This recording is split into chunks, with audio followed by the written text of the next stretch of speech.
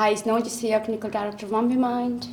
Hi, Miranda Marsh. I'm the Clinical Manager at Ambimind. Hi, my name's Runo Ahmed. I'm the Practice Manager here at Ambimind, and today we're joined with our guest speaker, so I will let her introduce herself and then we will talk about our podcast. Lovely. So I'm Gylisa Jayne and I'm the author of Ever the Optimist and my new book, After Laughter.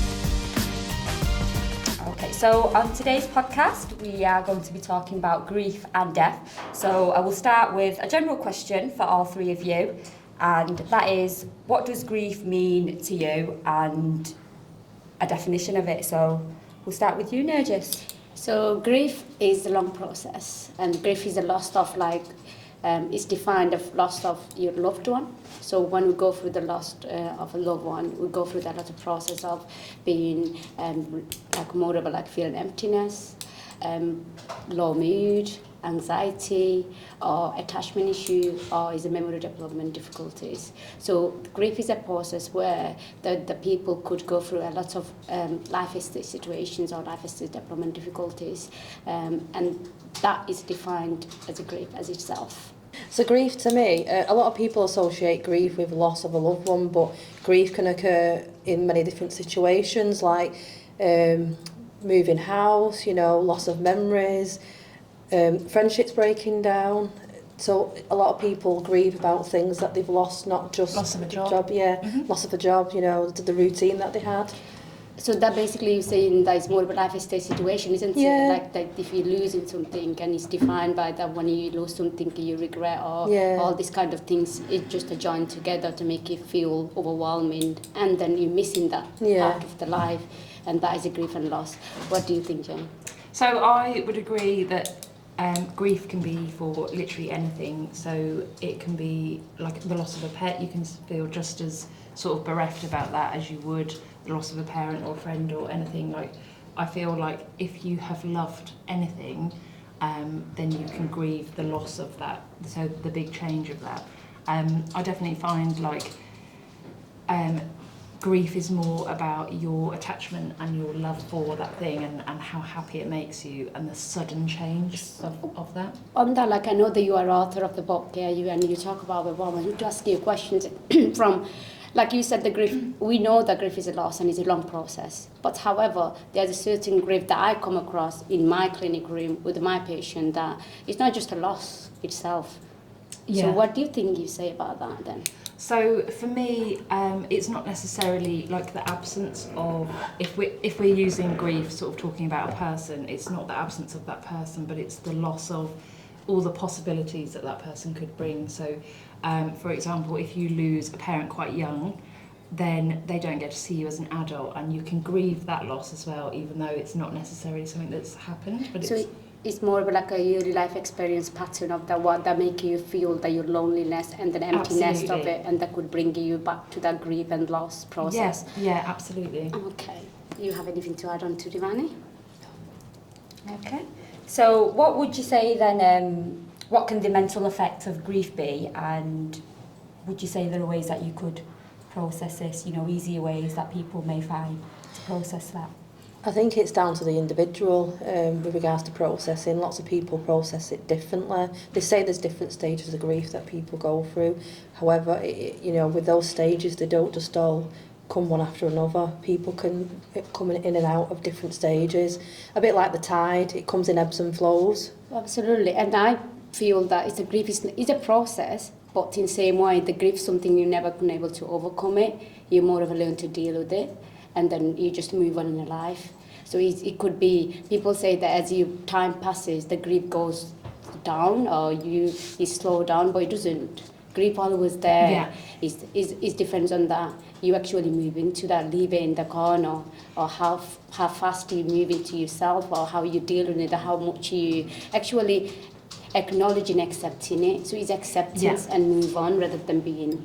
I find when I try and describe grief to people, especially when they're at the very start of grieving, I always try and describe it as you don't ever get over that grief, it's always there, and I feel like certain things can trigger it off and it feels just as bad on day one as it can 700 days later.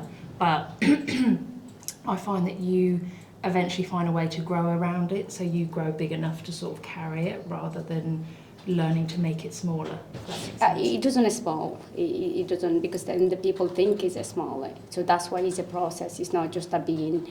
Yeah. You deal with it and then it's done and dusted. Absolutely, I agree. Yeah. And it's different on the like. I'm not saying that it's different culturally, and with the like society, it's different way to deal with it well. So sometimes it's a life situation, circumstances could, even though you dealt with it at that time when you're going through the process, you dealt with it very wonderfully.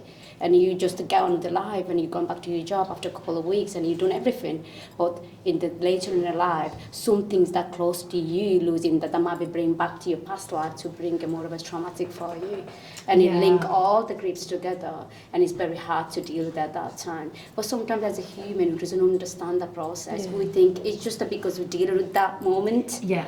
So I feel like people want to find a way to go from A to B, and they need to know the steps, and then it's like once I've got to B, then I can move on. And it's like it just doesn't work like that. It doesn't. So that's the thing that like I want to say to like whoever listening to us today. So just it's not the grief. It's not something just that we could deal with it by snapping out the finger and then over the night it just go over and done. It's not that.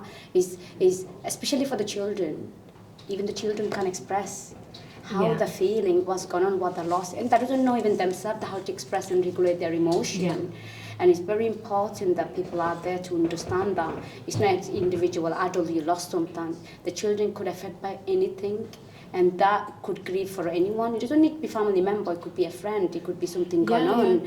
So this process is so strange and so complicated, and it could that your mental health could be so much effective by this process. So it should be just to be in awareness and acknowledge their feelings a little bit and help them to process it and help them to understand it. So as you said before, it's different stages.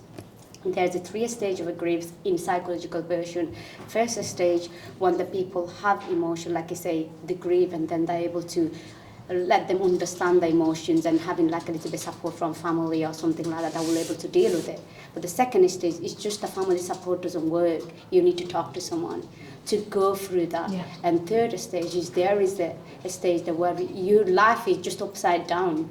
You're not really on that moment anymore. You're mood, you're depressed, you're anxious, you think you start to having a traumatic event, traumatic experience, flashback and all this. That's the third stage of grieving. And it's about being understanding them, educate them, the look, what is going on and what kind of things we could do to help them.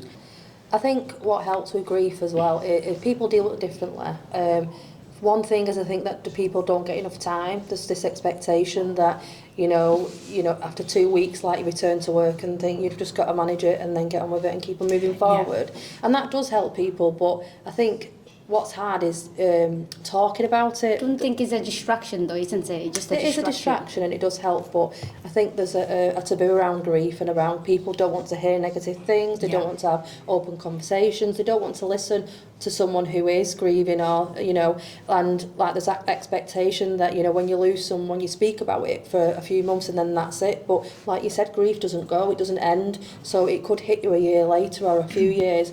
And it's just about being open, but also for people to listen and receive that and validate your feelings with that grief as well. I think that's hard in society, today. Yeah, I feel like people, when you have anything that, like if you're sad about anything, or say if you're suffering with depression or things like that, sorry, I feel like people want to be able to fix it. Yeah. And when you've lost somebody, they know they can't fix it. It's like a lot of people say, I didn't know what to say to you because I didn't want to remind you that your like significant other or whatever has died. And it's like, I am always aware that I have lost that person. So you talking about it, although sometimes, I had it even, I'd be like, I'm always willing to talk about it. And then every now and then, the like bottom lip starts quivering and it's like, this is really making me cry. Yeah. But it's not, you're not making me cry, and that's not the conversation. It's just, sometimes you just need to let it out. It's just your feeling, isn't it? Because the emotion, the feeling. It's about being, as I say, it's a long process. It doesn't mean that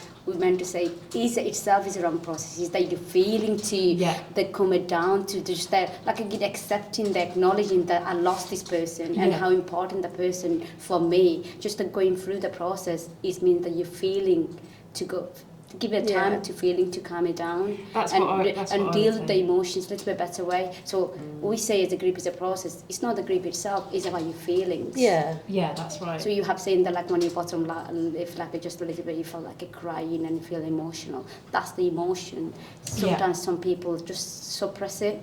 They just deal with it. That's what I mean. I was very lucky. So like my friends, bless them. I mean, they put up with a good sort of 5 months or so of when I went to see them, just randomly like crying, but they've just let me like be there. And we always sort of talked about it as though, you know, like Winnie the Pooh, and obviously all of the characters, and they always bring Eeyore with them, even though Eeyore is very much like the depression.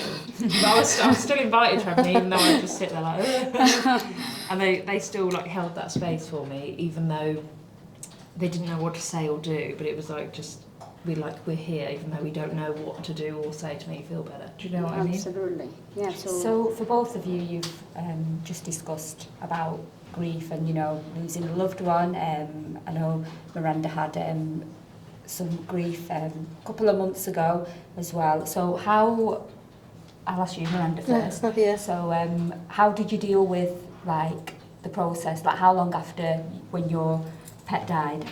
You know, how long after did it process? I'm still processing that now, but I'll go back to when my gran passed away last year, because my mum's still obviously grieving the loss of her mum. But what we did is, I didn't obviously know how to support her because I've not lost my mum. My mum's still here. She's my mum. But what we did is, obviously we waited until Gran was taken away, and then I just made a suggestion to my mum, like, should we go up to, there's a place where I live, where there's, it's called Halo. There's you can see for miles, and I just took my mum up there and we watched the sunset. But then she liked that. It was really, because it was like the ending of something, you know, with the sun going down. And then the year after, on the anniversary, we all went as a family. Yeah, do you know? I think that's lovely to do something that's special. It sort of doesn't really need words. You can sit together and enjoy it, and it can become a tradition. Yeah. And I think that helps the process as well, because you can sort of funnel those feelings for that day or near that time and things like that, and I do think that's helpful. So you basically give your mum space and time to just to process her feelings. That like, and giving that like more of using nature as itself as a therapy to give her that like a little bit say, look, that this is happened in real life too. In a reality, nature is proven that it does happen. It goes down, but we just need to live through it. So somehow you're giving your mum that strength. But it's like, again, it's different. It depends on the people's, like, how are you taking it? Like, if someone have like, say, regret and guilt and losing someone, it depends on, again, what you attach to it and what kind of things, string that you carry in with the grief and loss. It's not just if you lose someone and it's a loved one and I'm okay with that, and then I'm going through the process because it's my loved one's already gone. But if you have the loved one, you have a guilt, regret, and then there's a long-lasting, like more of a like argument, or you got traumatic I should have done more. I should have done more. If all this kind of thing attached to it, how are you going to? So it must be my very complex. What do you think? What would be the right way to? I have lost 2 people to suicide, which is really, really hard to deal with, especially, so I'd spoken to both people not long before they went. One was a friend, and I had meant to reach out to her because I knew she was going through a hard time, and I didn't. And then to know that, to think, should I have sent that text? Should I have called her? Should I have like forced my friendship on her? And I feel like now I know the process is, I mean, you can't tell with anybody really, but there are definitely things that you can pick up in people to realise maybe they're having these thoughts or they're going to do things like that. So I champion that quite a lot. But when my friend went, I mean, it was really tragic circumstances and really hard to comprehend. I mean, it took me probably about 12 months before I could even say her name or acknowledge that it had happened. So it was a much longer process. But I think there's those unanswered questions, but I think that becomes part of your grief. And I think when you lose somebody like that, you always carry a little bit of guilt with you because you think, I could have done more, I should have done this, I should have done that. And there's also a lot of questions as to why didn't you reach out, why didn't you get help? Why couldn't you talk to me? Things like that. So I think that's really difficult. But I think a friend of mine actually gave me some really great advice when I was really struggling with it, and he said to me, you have to accept that, it's part of the acceptance. And he said, you know, she wasn't very well, and there's nothing you could have done about it. And it was like that realisation really helped me instead of shouldering it all myself. One of the things is on that note, so like if when I have my patient come come to my clinic saying things like that, what I say to them is that think about in a life certain things you could control. We all have expectation, and life is based on expectations. So when we doesn't meet our expectations, that the guilt, depressions, regret, everything meet the needs of the expectations, because we not met that. But like the weather, we can't control the weather. It's just some of them things. And we can't control other people's reactions, other people's feelings, how they're reacting. Yeah, we, as a friend, we might be judging, or might be thinking actually, we might feel that, oh, she's feeling this way, but we can't control her feelings. The person needs to herself or himself to take the action to change the feelings. But what we could do, so like with your friend, there's nothing was in your control. It's her control to deal with her emotions. Absolutely. Yeah. So I think as well, sorry to interrupt, you know, the whole, so it took me a long time to sort of cope with the whole, should I have texted her when I did? But then on the other hand, I looked at it and I thought, but imagine if I had texted her and it would have still panned out the exact way that it had. And then, you know, there's no chance. nowhere So that's what I'm saying, is the persons, you might have the chance, you might have to take actions to give your friend the text and then see how she's doing, but it's still the whole situation's in your friend's control. There's nothing in your control at that time. Absolutely. So on them situations, that is like normally we advise, that is just accept it and let it go. So I say to my friends when they're like, one of my best friends, she always says, I feel like I'm stuck in limbo land with like something, and I'll say, you can get control back by accepting you don't have control. Absolutely. And that will actually make you feel better, realising like I'm not in control of that, whatever happens, and all I can control is my reaction to whatever. Absolutely. So basically what I say that is more of a, like, as I said, like when someone go through the grief, it's like more of a sense of loss of control, isn't it, if you think about it? So it's like they go to the so much, feeling everything negatively, the lack of interest of doing, because they lost something from their life. Yeah. So it's just everything, there's no control of it. So at that time, I think it's about, we say in the more of a psychological version, I think you might be aware of it, is that 3C, whereas you choose something from the memory that you have, and then there's a choose. So first C is called choose. You choose in a memory, even though it's a dark time of your life or the dark time of your loss, and you communicate that with someone, and then you connect with someone. So it's choose, communicate, and connect. So for that 3 step, it might harder, but if you remember that, from the choosing something from the memory that you have with the person or with your pet, with the situations, or with whatever you've gone, life situation or life stage, whatever you've gone through, basically. You choose something from there that's valuable to you, even the dark moments when you felt like there's nothing for you. And then try to communicate that, not to anyone else, to yourself first. Yeah. Okay? That's a good so it's a point. self-compassion. So you bring in that little bit of self-compassion to yourself. You communicate that to yourself and think about, this is not that bad. You might feel like at this moment when I'm saying to you, it sounds, can't able to do it, but you're able to do it if you communicate the memory to yourself at the moment with a little bit more self-compassion way. Then it gives you the strength to connect the person or the people that to get support that you needed at that time. Yeah. So it's a lovely process, but it does work. Yeah. If you want to. So that's way that you could slowly come out from that. It's the small things, and then you can tackle the bigger bits. Okay, so we'll move on to the next question. You've spoke about grief quite a lot, whether it was your friend who sadly committed suicide, or you said your father passed his way, Miranda, your grandmother. So has it got easier, would you say?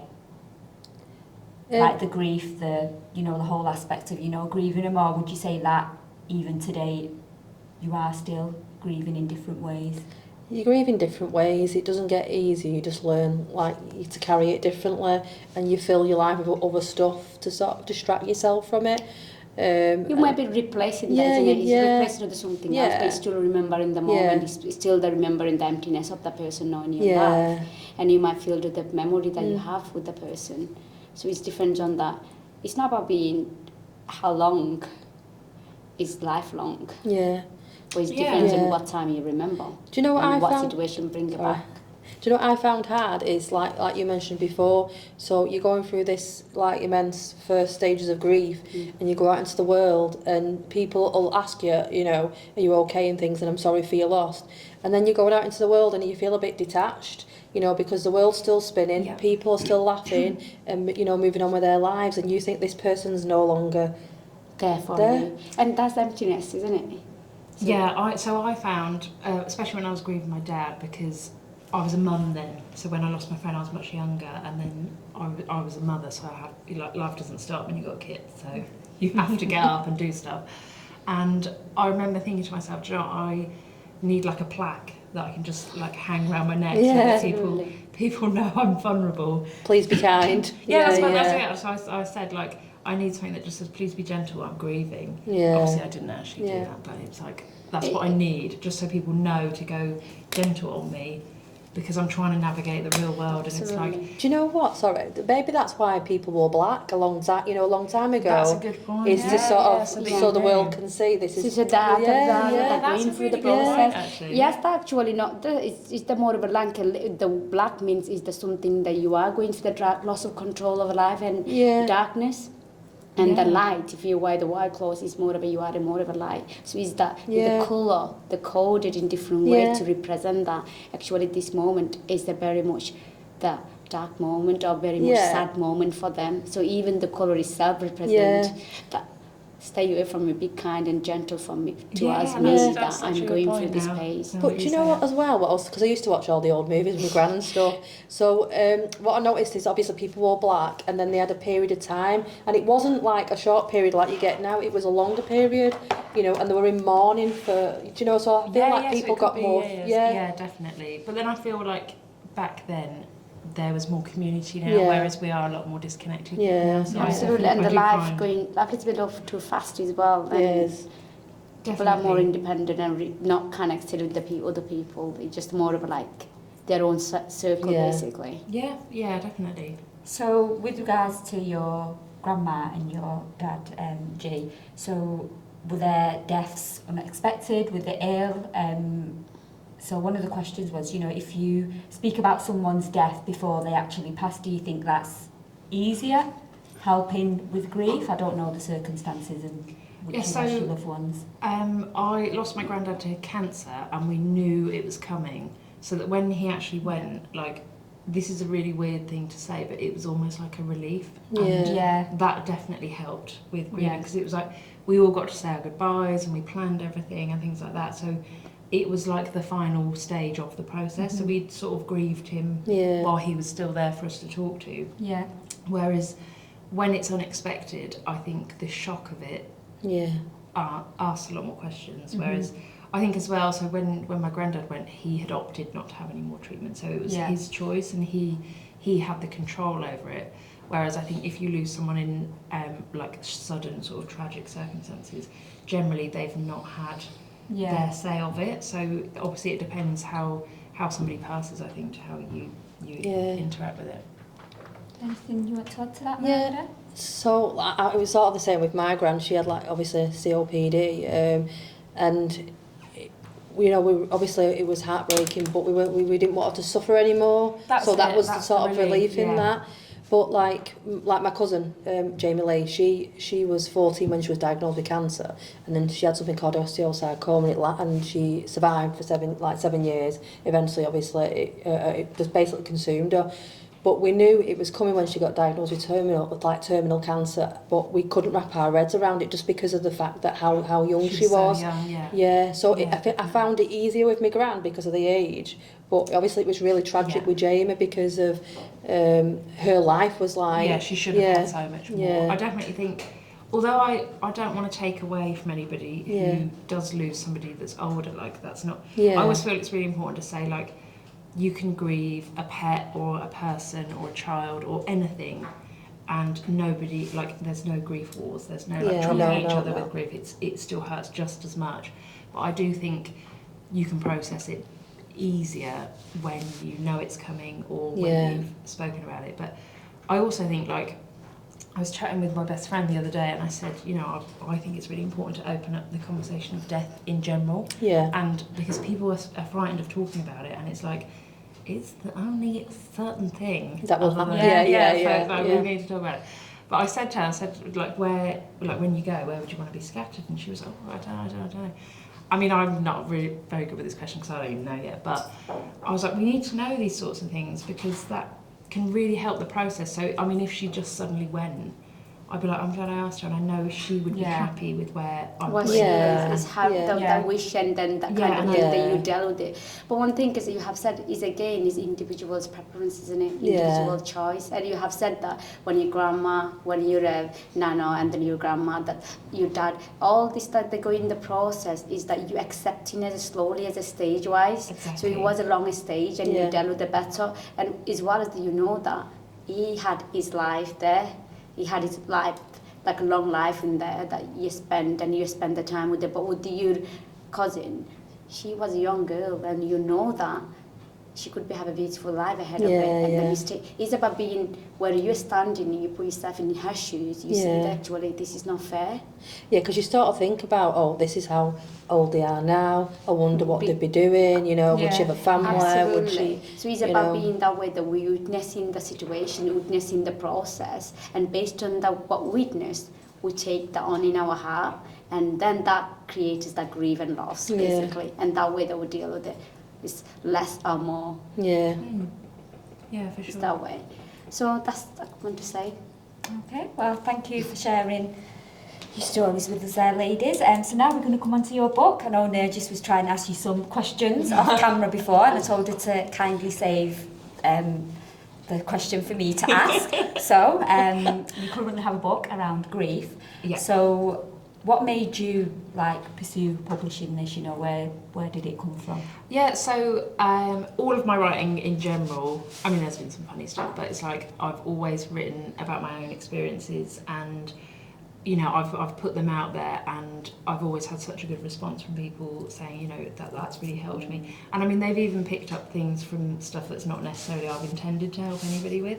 But I thought it would be really important to write a book on grief, and the way that I write I find is more accessible, so it's not as scary as, say, like a doctor's book. Like Yeah, something yeah. really sort of intimidating and be like, no, I want sort of the layman's terms of it. Yeah, so, yeah. So people can relate to it. Exactly. So, you know, it's easier to digest, and I think as well, like, I write quite sort of candidly, and that helps as well, because I'm not ashamed to say or write anything. Like, I will share everything, whereas some people can struggle with that. So I think when you're open and honest, it will help them be open and honest with Open as themselves. well. So you basically creating a space for them to actually resonate that with your experience, and you giving from your, because it's all opinion, isn't it? Yeah. So you giving from your own experience, and that might match with someone else's experience, or that Yeah, might that's not. it. But it's about taking something away from that. That's absolutely it. I feel like it doesn't matter what you write.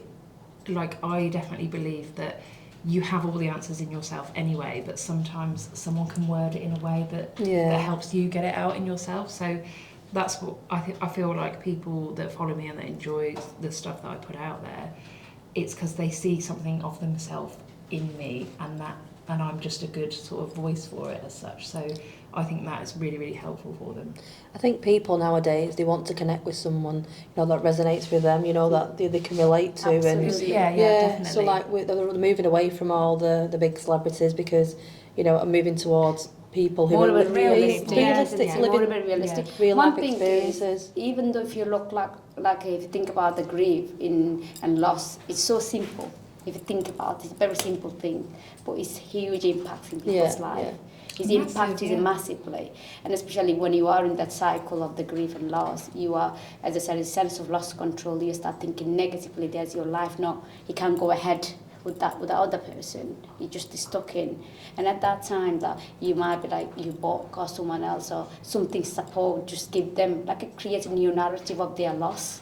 Rather than being the old one that could able to have the reframe their thoughts by actually this is not just me, someone else come through the same situation as me. And if that person could able to move on, then I'm more than capable to do it. So it's just giving that reassurance, like a little bit uplift basically, a little bit lift to go forward.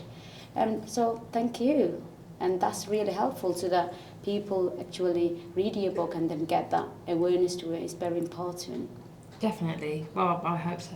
Yeah. So, one last question for you all. We'll start with Nurjis. So, if there was one piece of advice that you could give our viewers watching today who are struggling with grief, then what would that be? Whether it's the love of a deaf one, you know, it can be your pet. Grief, as we've discussed today, can come in many forms. So what would your advice be to them? My advice would be them, I know that it's not a simple process, it's a very long process, but however, you have the ability to move on because you got that wonderful memory with the person, or the loved one, or the something that you are grieving about, what's gone. You must have something that make you feel capable to move on in your life. So you just choose them and then connect and communicate with yourself in the best possibility as you can. So that's the best advice I could give it to them. And reframe that in positive manner. Okay, thank you. I think to not be afraid to talk, to talk about the person and talk about the happy memories like you've mentioned, because, with memories we have positive feelings attached to them. Obviously we're going through negative emotions because of the loss, but to remember the good times, to speak about them, and get other people involved in that conversation, it keeps the person alive, and as well it sort of enhances your memories as well of that person. Yeah, it really does. I would definitely say, you're not the only person that has gone through grief, and the fact that there's people around you that are still standing and still getting on with life, take strength from that for sure. Yeah. But I think as well, it's giving yourself time to grieve. So I've seen it in friends and family around me that have tried to quickly box it away and move on as quickly as possible because it feels too big to even begin to unpack, so they're frightened of it, and I think that's really, really common in people. Yeah. So I would say, take it a day at a time, find a method that works for you, and just, it's a really, really hard task, but it is possible, and you will laugh again, and you will enjoy life again, and ultimately, whoever it is that you've lost, or whatever it is you've lost, your people around you would never want you to stop your life as well. So there is always light in the tunnel, basically. Absolutely. Yes. Yeah. Okay, so that's the end of our podcast today. Thank you, Nurjis. Thank you, Miranda, and thank you, Gylisa, for joining us. It's been lovely having you. Thank you. Okay, guys, we'll see you next time. Bye.